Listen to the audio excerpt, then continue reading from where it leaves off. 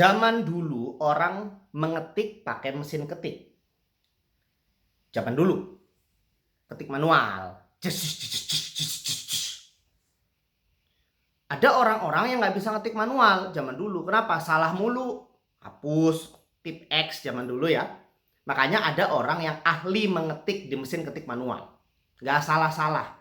Udah daripada capek-capek, kamu aja ngetik, saya bayar. Zaman dulu. Bagaimana jika kita menjadi ahli ngetik di mesin ketik manual hari ini? Apa orang butuh untuk mengetik tanpa salah?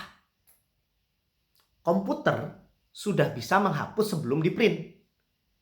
Jadi ya, tidak terlalu butuh. Ya ada sih beberapa profesi tertentu yang masih butuh mesin ketik manual. Sedikit. Berapa sih? Berapa banyak? Sangat sedikit. Jadi ahli mesin ketik, ahli mengetik di mesin ketik manual hari ini bisa dikatakan sudah tidak relevan.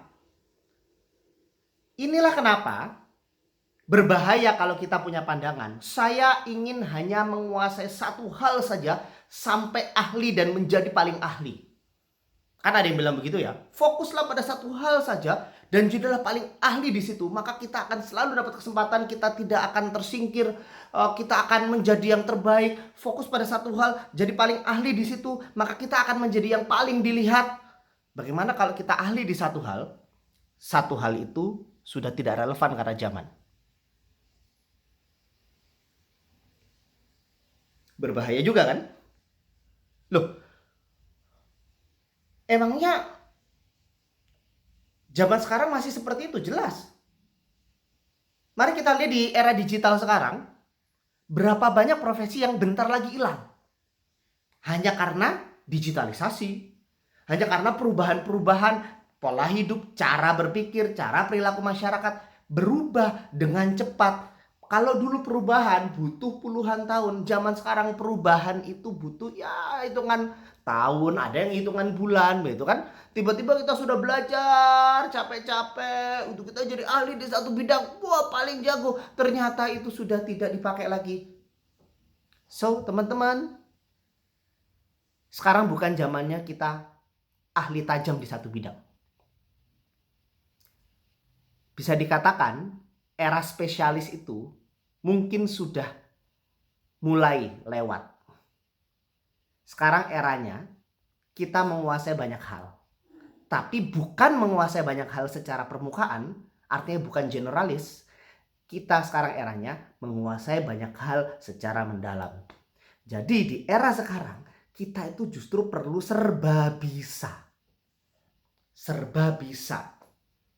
Emang mungkin kalau zaman dulu mungkin kita susah serba bisa. Bahan belajar itu sedikit.